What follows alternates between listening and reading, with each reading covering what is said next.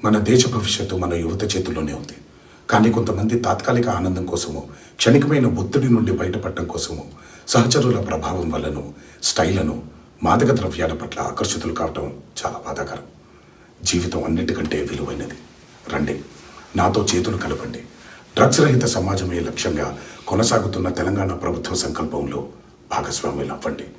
మీకు తెలిసి ఎవరైనా డ్రగ్స్ అమ్మటం కానీ, కొనటం కానీ, వినియోగించటం కానీ చేస్తున్నట్లయితే వెంటనే Telangana anti narcotics bureau phone number 8712671111కి ఫోన్ చేసి సమాచారం అందించండి.